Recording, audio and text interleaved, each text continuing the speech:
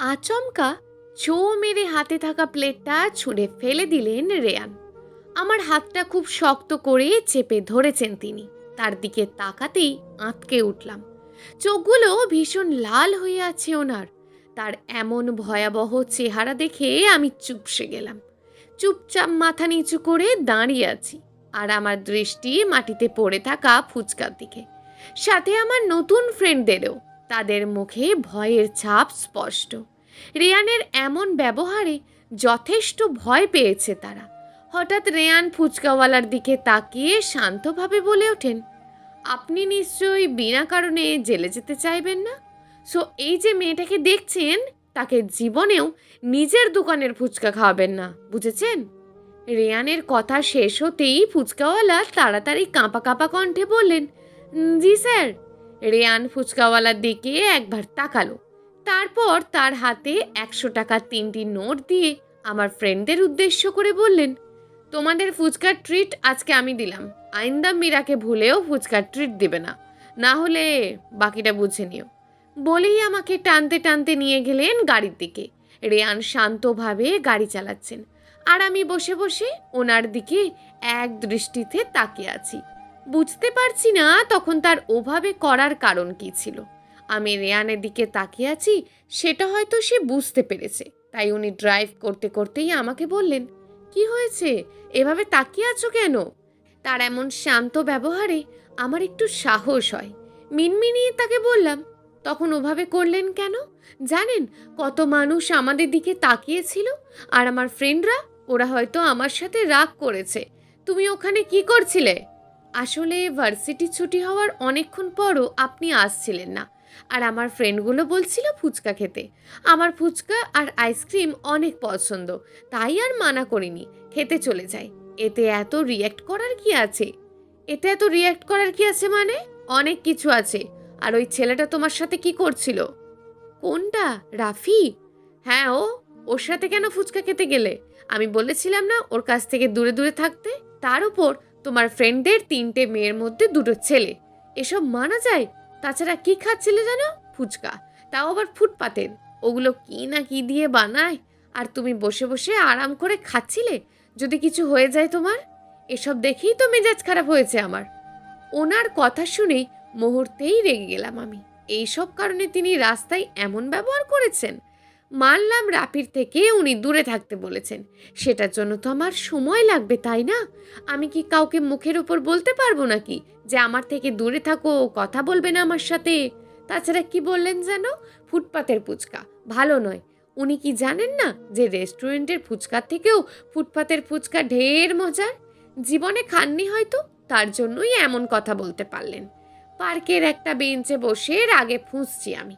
পাশেই রেয়ান গম্ভীরভাবে বসে আছেন, কি যেন করছেন ফোনে। আমি যে রাগে ফুঁসছি এতে তার বিন্দু মাত্র মাথা ব্যথা নেই। ফোনের দিকে গভীর মনোযোগে তাকিয়ে আছেন তিনি। তার এভাবে ফোন টেপা দেখে আমি বিরক্ত, চরম বিরক্ত। সাথে রাগ যেন বেড়েই যাচ্ছে। রাগ আর বিরক্তি একসাথে ভর করেছে আমার উপর। মুহূর্তেই কপাল কুঁচকে এলো আমার। রাগের জন্য বারবার হাত কচলাচ্ছি আমি। রেয়ান ফোনের দিকে দৃষ্টি রেখেই গম্ভীর কণ্ঠে বললেন, এভাবে রাগ করে কোনো লাভ নেই মরুভূমি। এসব ফুটপাতের জিনিস আমি তোমাকে খাওয়াচ্ছি না, তাও আবার রাফির সাথে। যদি চাও তাহলে রেস্টুরেন্টে নিয়ে তোমাকে খাওয়াবো। আপনি বললেই হলো? আপনি অনেক অসভ্য রেহান। তখন মন বাজে ব্যবহার করা আপনার একদম উচিত হয়নি। তোমাকে বলতে হবে না মরুভূমি, আমি জানি আমি কি করেছি। তাছাড়া আমার কাজে আমি মোটেও অনুতপ্ত নই, বরং আমার ভালো লাগছে ওরকম ব্যবহার করে। আপনার লজ্জা, অনুতপ্ততা এগুলো থাকলে না কাজ করবে? উফ, সবার সামনে কি কেলেঙ্কারিটাই না করলেন আপনি। বেশ করেছি, এখন চুপ থাকো, একদম কথা বলবে না। আমার এগুলো শুনতে বিরক্ত লাগছে। 100 বার বলবো, তাতে আপনার কি?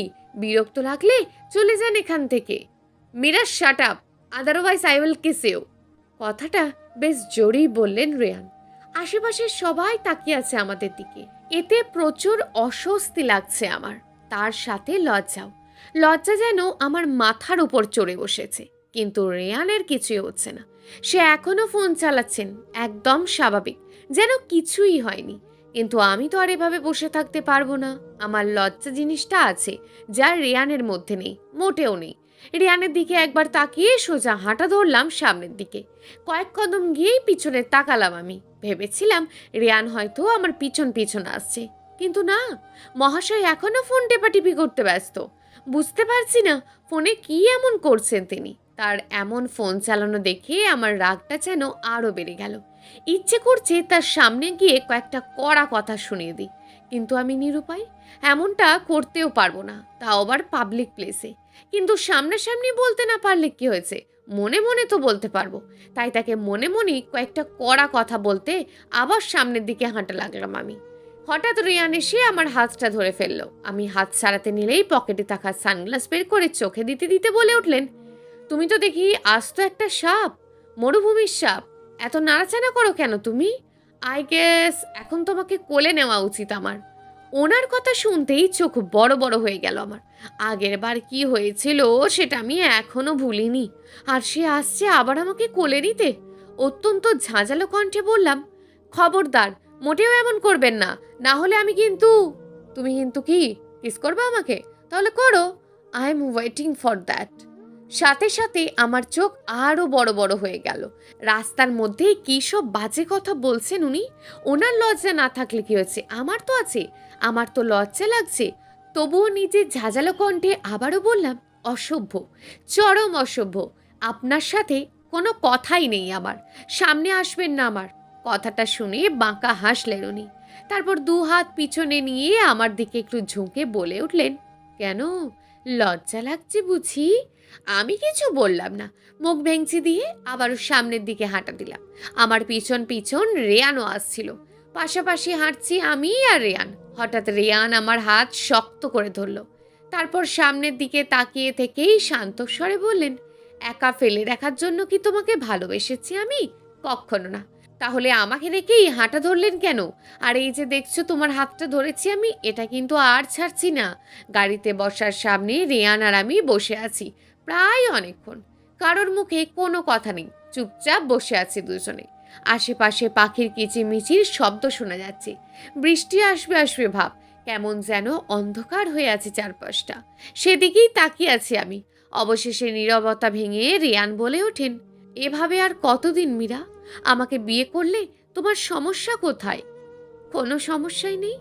তাহলে এটা আমার জীবন হলেও আমার লাইফের সব ডিসিশন আমার একার নয়।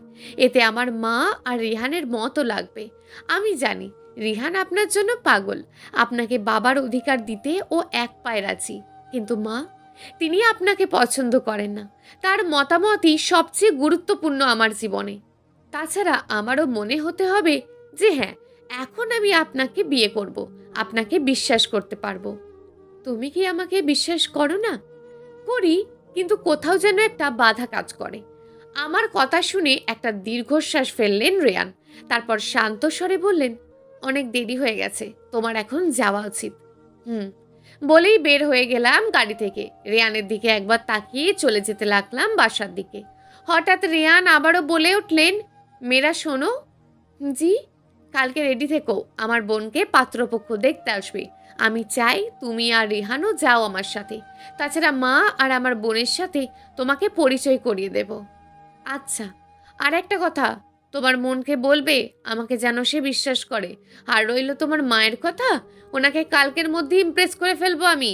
B ready for that. কথাটা বলেই বাঁকা হাসলেন তিনি। আমিও একটা মুচকি এসে বললাম, বাই। হুম সকালে ঘুম থেকে উঠতেই দেখি রিহান আমার পাশে নেই। হয়তো মায়ের সাথে নিচে খেলছে। তাই একেবারে ফ্রেশ হয়ে নিচে গেলাম আমি। সেখানে যেতেই দেখি মা আর রিহান একা না, তাদের সাথে রেয়ানও আছে। রিয়ানকে দেখে কিছুটা চমকে যাই আমি। সাদা শার্টের কোনোই পর্যন্ত ফোল্ড করা, আর শার্টের প্রথম দুটো বোতাম খোলা। ফলে রিয়ানের সাদা বুকের বেশ খানিকটা দেখা যাচ্ছে। আর তার সাথে রয়েছে রিয়ানের নিজস্ব অ্যাটিটিউড। সব মিলিয়ে সুন্দর লাগছে রেহানকে। কিন্তু অবাক করা বিষয় হলো, মা রেয়ানের সাথে হেসে হেসে কথা বলছেন। কিন্তু কেন? তাহলে কি রেয়ান মাকে ইমপ্রেস করে ফেলেছে? হয়তো। ভাবতেই মুখে হাসির রেখা ফুটে ওঠে আমার। আমাকে দেখতেই রেয়ানও মুচকি হাসেন। তারপর বলে ওঠেন, তাড়াতাড়ি রেডি হও, শাশুমার থেকে পারমিশন নিয়ে নিয়েছি আমি। কিভাবে? মা তো। আমি আর কিছু বলতে যাব তখনই মা বলে উঠলেন, মীরা, রিহানকে নিয়ে রুমে আয় তো, তোর সাথে কিছু কথা আছে। তুই রেডি হতে হতে আমার কথাটুকু শুনে নিস। আমি আর কিছু বললাম না। বুঝতে পারছি যে মা রেয়ানকে নিয়ে কিছু বলবেন আমাকে, তাই রেয়ানকে অপেক্ষা করতে বলে আমি, মা, রিহান রুমে চলে আসি। রুমে ঢুকতেই মাকে জিজ্ঞেস করি, তুমি রিয়ানকে মেনে নিয়েছো মা? হয়তো। জানিস মীরা, ছেলেটা যখন আমার কোলে মাথা রেখে কাঁদতে কাঁদতে তোকে আমার কাছে চায়, তখন কেন যেন মনে হয় ছেলেটা তোকে সুখে রাখবে, কষ্ট দেবে না। এখন বাকিটা তুই বুঝে নিস। বলেই মা চলে যান। মার যাওয়ার দিকে তাকিয়ে আছি আমি। ভাবছি আসলেই রিয়ান অনেক অদ্ভুত। সবাইকে আপন করে নিতে পারেন তিনি, আর তার এই জিনিসটাই আমার সব থেকে বেশি পছন্দের। প্রায় কিছুক্ষণ পর আমি আর রিহান নিচে আসি রেডি হয়ে। তারপর মাকে বিদায় জানিয়ে বাইরের দিকে যেতে থাকি। ঠিক তখনই রেয়ান আমার পিছনে এসে কানে কানে বলে, my lady, you are looking so beautiful, like a strawberry ice cream. বলেই চোখ টিপ মারলেন উনি। সাথে সাথে আমি বলে উঠলাম, অসভ্য। এভাবে দুষ্টু মিষ্টি ঝগড়া করতে করতে আমরা পৌঁছে যাই রেয়ানের বাড়ি। কিন্তু এই বাড়িটা অন্যরকম, আগেরটার মতো না, কিন্তু আগেরটার থেকে দ্বিগুণ সুন্দর। তার উপর খুব সুন্দর করে সাজানো হয়েছে বাড়িটা। বাড়িতে ঢুকতেই প্রথমে রেয়ানের মার সাথে দেখা হয় আমার। উনি অনেক খাতিরদারি করলেন আমার আর রেহানের। তারপর দেখা হয় রেয়ানের বোনের সাথে।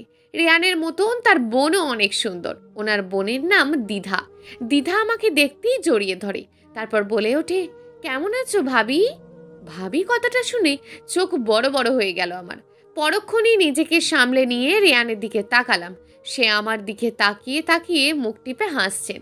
ওনার দিক থেকে মুখ ফিরিয়ে আবারও দ্বিধার দিকে তাকালাম আমি। তারপর বললাম, ভালো। তুমি কেমন আছো? আমিও ভালো আছি। জানো ভাবি, রিয়ান ভাইয়াকে কতবার বলেছি যেন তোমাকে আমাদের সাথে দেখা করাই, কিন্তু একবারও আনেনি। কেমন দেখেছো? অনেক পচা। ঠিক বলেছো। আচ্ছা, এটা তোমার ছেলে রিহান না? আমার ভাতিজা। দ্বিধার কথা শুনে অবাক হলাম আমি। তাহলে রিয়ান আগে থেকেই আমার সম্পর্কে সব বলেছেন তার পরিবারকে? অবশ্য বলারই কথা, নিউজের মাধ্যমে তো তাদের এমনিও জানার কথা, কিন্তু তারা মেনেও নিয়েছেন আমাকে। ব্যাপারটা কেমন যেন। আচ্ছা, রিয়ানের পরিবারের সবাই এত ভালো কেন? আমাকে নিয়ে কোনো কি আপত্তি নেই তাদের মাঝে? পাত্রপক্ষের সামনে বসে আছে দ্বিধা। দ্বিধার সামনেই বসে আছে তুরান। তুরানই দেখতে এসেছে দিদাকে। যতটুকু বুঝেছি, তুরানের দিদাকে পছন্দ হয়েছে, দিদারও তাই। এখন গুরুজনেরা বিভিন্ন বিষয় নিয়ে কথা বলছেন। হঠাৎ খেয়াল করি তুরানের ভাই নির্ঝর আমার দিকে তাকিয়ে আছে। আমি তার দিকে তাকাতেই মাথা নিচু করে ফেলে সে।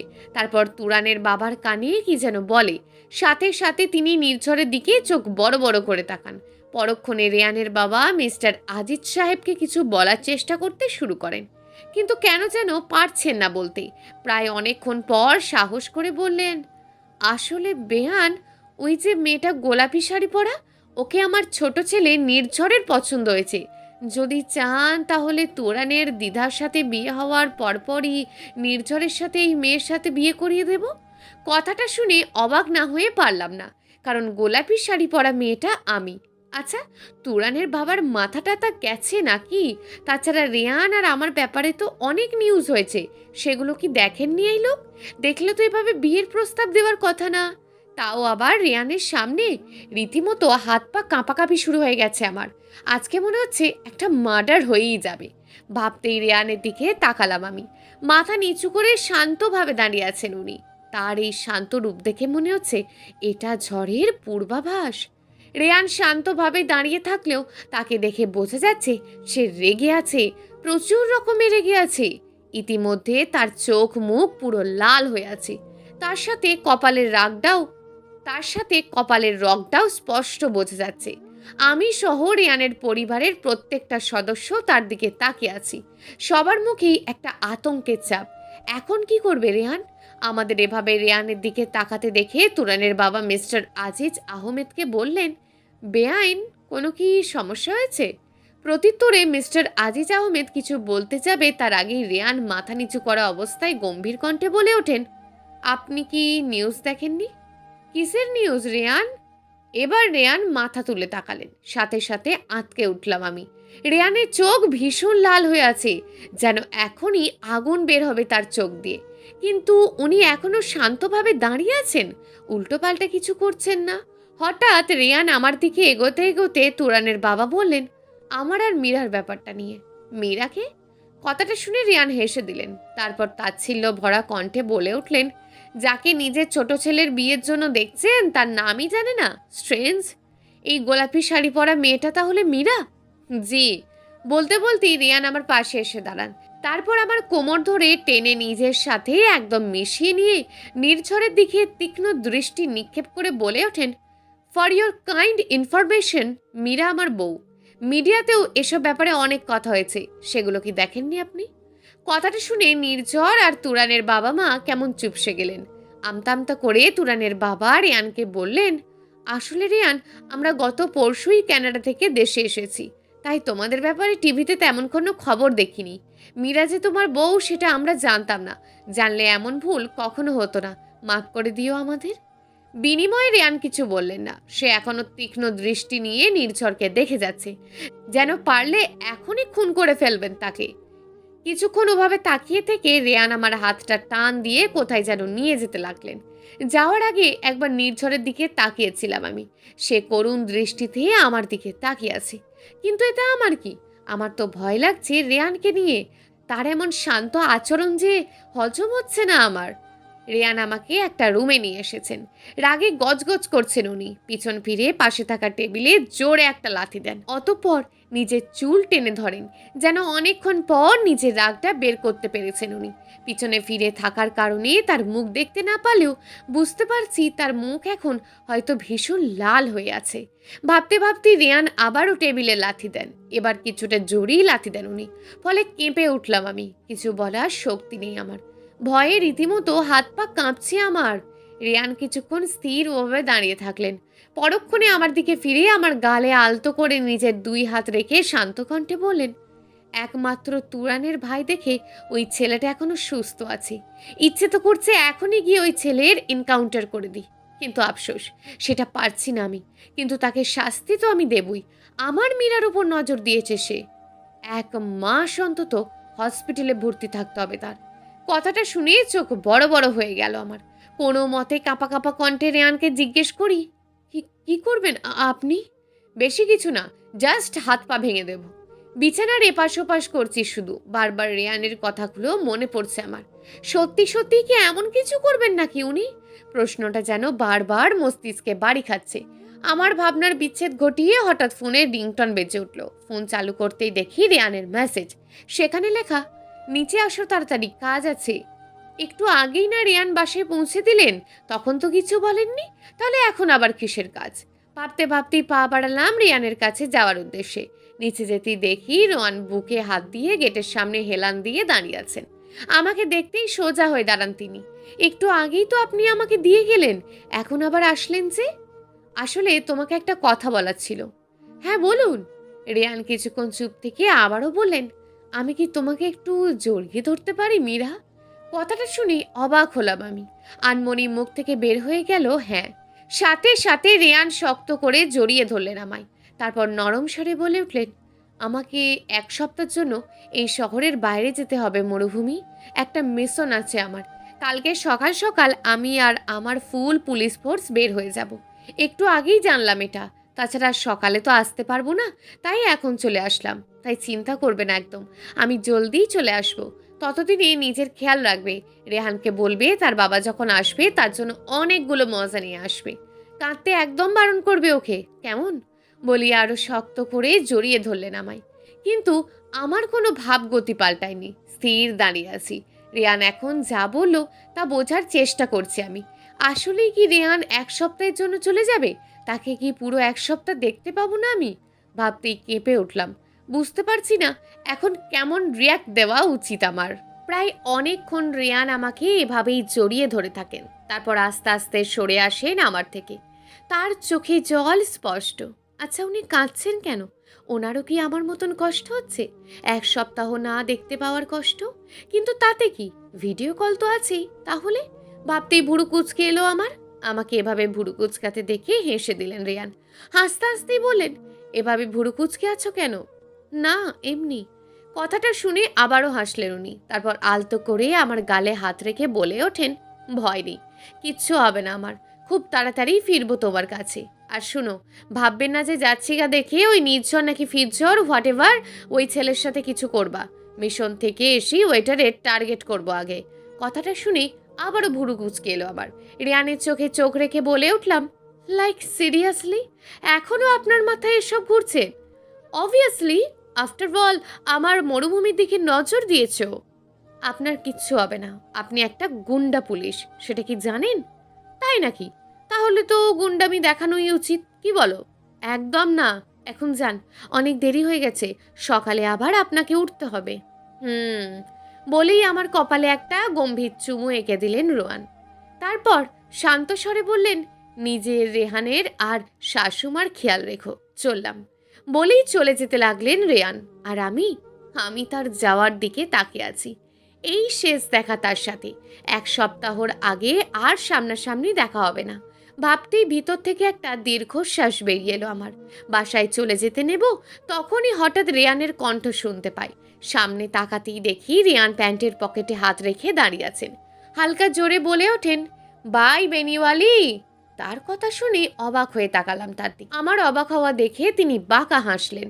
তারপর আবারও বলে উঠলেন, শাশুমার কাছ থেকে শুনেছি তুমি নাকি ছোটবেলায় অনেক বেনি করতে, তাই নতুন নাম দিলাম বেনিওয়ালি। কেমন লাগলো? হট, তাই না? তার কথা শুনে আমি এবার হেসে দিলাম। আজ 1 সপ্তাহ হতে চলো।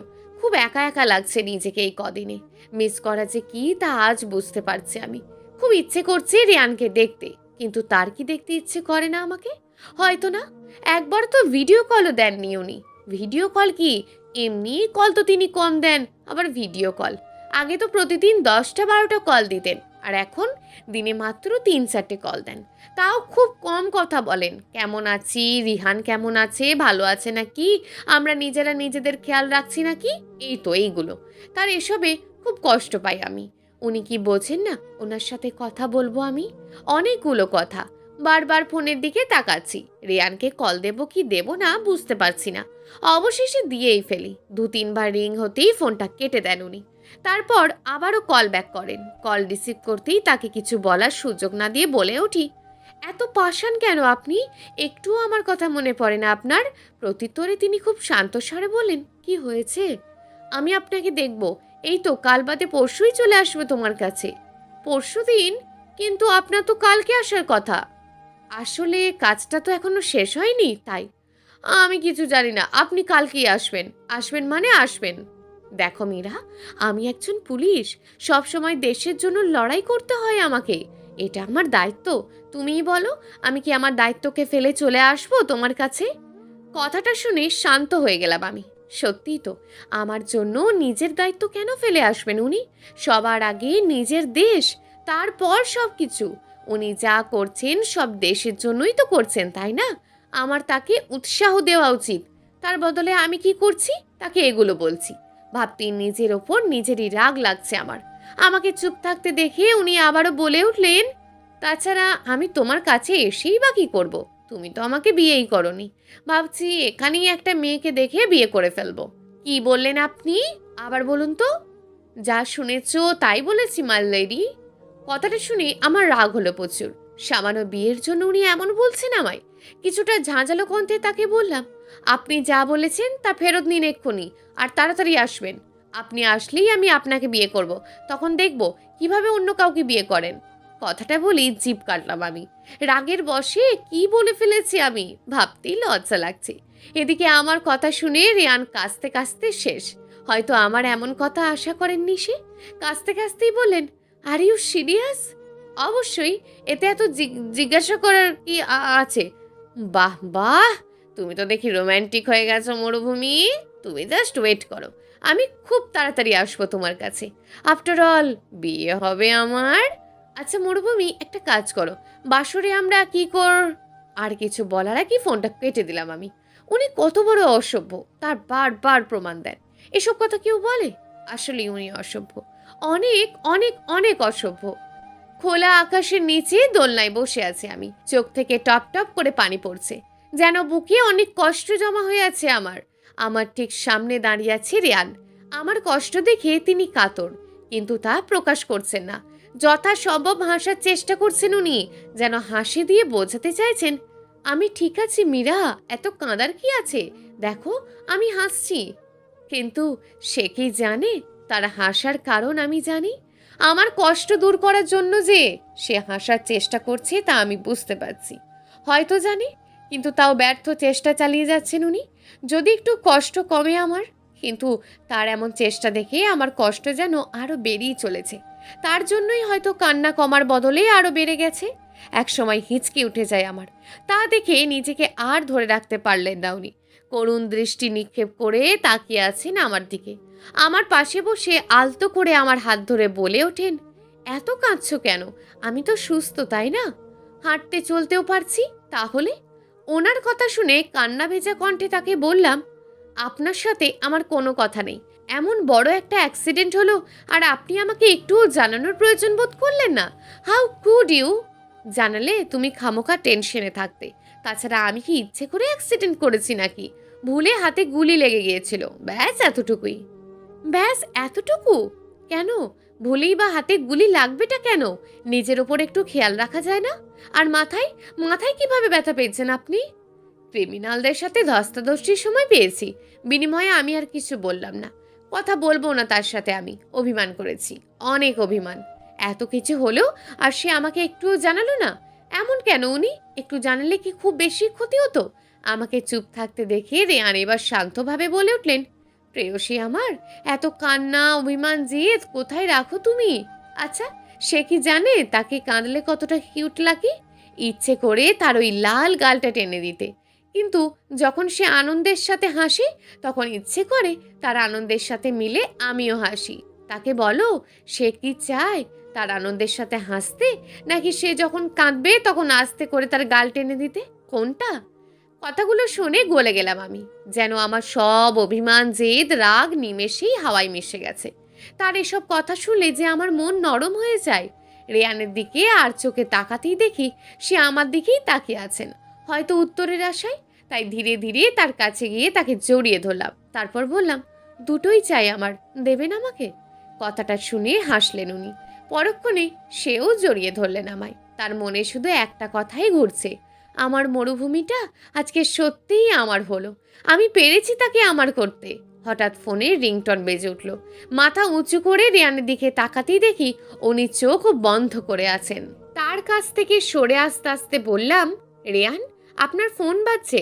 কথাটা শুনে রেয়ান ফোন বের করলেন পকেট থেকে। তারপর আমার দিকে ফোনটা এগিয়ে দিয়ে বললেন, ফোনটা ধরে কথা বলো। তার কথা মতো ফোনটা হাতে নিলাম। ফোনের স্ক্রিনে তাকিয়ে দেখি দ্বিধার কল। সাথে সাথে বুড়ো কুঁচকে এলো আমার। দ্বিধা ফোন দিয়েছে? তাহলে উনি কথা বলছেন না কেন? আমাকেই বা কথা বলতে বলছেন কেন? আমার ভাবনায় ছেদ করে রেয়ান আবারও বললেন, ধরো। তার দিকে একবার তাকিয়ে ফোনটা ধরেই ফেললাম। ফোন রিসিভ করতেই অপর পাশ থেকে দ্বিধার চিন্তিত ভরা কণ্ঠ ভেসে উঠল, রেয়ান ভাইয়া, কোথায় তুমি? প্লিজ তাড়াতাড়ি বাসায় আসো। তুরানের ছোট ভাই নির্ঝরকে পাওয়া যাচ্ছে না। সকাল হতে রাত গড়িয়ে গেছে, ও এখনো বাসায় ফিরেনি। কথাটা শুনে আমি স্তব্ধ। সাথে সাথে রেয়ানের দিকে তাকালাম আমি। উনি বাঁকা হাসছেন, যেন বলতে চাইছেন উনি ওনার কথা রেখেছেন। 1 ঘন্টা যাবৎ জেরা করছি রেয়ানকে, কিন্তু সে তো সেই কোনোভাবেই বলছেন না নির্ঝর কোথায়। বরং শুধু এতটুকুই বলছে, সময় এলে বাসায় পাঠিয়ে দেবো ওই ছেলেকে। এত চিন্তার কিছু নেই। আর তাছাড়া ওর প্রতি তোমার এত চিন্তা কেন? হ্যাঁ, আমার জন্য তো এত চিন্তা করো না। ওই ছেলে গেছে আজকে, জাস্ট ওয়েট অ্যান্ড সি ওর আমি কি করি। তার এমন কথা শুনে আমি হাসবো না কাঁদবো বুঝতে পারছি না। ডান হাতের এই অবস্থাও উনি নির্ঝরকে নিয়ে গেছেন। ওপরওয়ালা জানেন সুস্থ থাকলে কি করতেন। তার এসব ব্যবহার আমার বিরক্ত লাগছে, পাশাপাশি ভালোও লাগছে। কিন্তু এখন আপাতত ভালো লাগাটা সাইডে রেখে কিছুটা রাগ নিয়েই তাকে জিজ্ঞেস করলাম, আপনি বলবেন না নির্ঝর কোথায়? নো। তাহলে আপনি এখানে বসে থাকেন, আমি যাচ্ছি। আরে আরে, এখন গেলে কি করে হবে? আমাদের বিয়ের ব্যাপারেও তো কথা বলতে হবে, তাই না? কিসের বিয়ে? কার বিয়ে? আমাদের বিয়ে? কোনো বিয়ে টিয়ে হবে না আমাদের। আপনি আমার কথার উত্তর দিয়েছেন? দেননি তো? তাহলে তাহলে আমি আপনাকে বিয়ে করব কেন? করব না বিয়ে আপনাকে। কথাটা শুনে রেয়ানের মুখ মুহূর্তেই গম্ভীর হয়ে গেল। গম্ভীর কণ্ঠেই বললেন, আমি ওকে একটা রুমে আটকে রেখেছি, 3-4 দিন পর ছেড়ে দেব। হোয়াট? 3-4 দিন? Are you serious? কালকে সকালের ভিতর ও যেন বাসায় পৌঁছে যায়, না হলে আপনার আর আমার বিয়ের কথা ভুলে যান। ওকে ফাইন, ছেড়ে দেব। হুম, এবার না আপনি আমার সুপার হিরো? বলেই গাল টেনে দিলাম তার। আর সে অন্যদিকে মুখ ফিরিয়ে আছেন, আমার দিকে তাকাচ্ছেনও না। হয়তো রাগ করেছেন আমার উপর, ভীষণ রাগ। আমার কথায় হয়তো রিয়ান সত্যিই রাগ করেছিলেন, তাই কিছু না বলেই চলে যান ছাদ থেকে। পরের দিন রিয়ান তার কথা রেখেছিলেন, নির্ঝরকে ছেড়ে দেন উনি। কেউ জানে না যে নির্ঝরকে আসলে রিয়ান কিডন্যাপ করেছিলেন। খুব চালাকির সাথে সবকিছু হ্যান্ডেল করেন উনি। কিন্তু বিপত্তি ঘটে আমার সাথে। আজকে সারা দিন রিয়ান আমার সাথে কথা বলেনি। কল দিয়েছিলেন মাকে। মা আর রিহান কথা বলেছেন তার সাথে। আমি কথা বলতে গেলেই ফোন কেটে দেন উনি। বুঝতে পারছি না এত রাগের কি আছে। সে কি জানে তার এমন ব্যবহারে, এমন রাগে আমার কষ্ট হচ্ছে? সকালটা আমার এভাবেই কেটে যায়। মাঝ রাতের দিকে রিহানকে জড়িয়ে ধরার জন্য হাত পাশে নিতে অনুভব করি পাশে কেউ নেই। তাড়াতাড়ি চোখ খুলে ভালোভাবে পাশে তাকাতে শুরু করি। সত্যিই তো, রিহান তো এখানে নেই, আর না আছে রুমে কোনো জায়গায়। সাথে সাথে ভয় লাগা শুরু হয়ে যায় আমার। কোনো মতে নিচে যেতেই দেখি চারপাশ পুরো অন্ধকার। হঠাৎ কেউ বলে ওঠে, happy birthday to you. Happy birthday মরুভূমি। কথাটা বলতে বলতেই আমার ঠিক সামনে থেকে কেউ যেন আসছে। সে একটু কাছে আসতেই আমি অবাক। এ তো মা, রিহান আর রিয়ান, সাথে দ্বিধাও আছে। রিয়ান আর রিহান হাঁটু গেড়ে হাঁটছে, তাদের হাতে কেক। রিয়ান বাম হাত দিয়ে কেক ধরেছে আর রিহান 2 হাত দিয়ে। তাদের দুপাশে মা আর দ্বিধা মোমবাতি নিয়ে আসছে। দৃশ্যটা দেখতেই আমার চোখে পানি চলে আসে। এত ভালোবাসে কেন এই মানুষগুলো আমায়?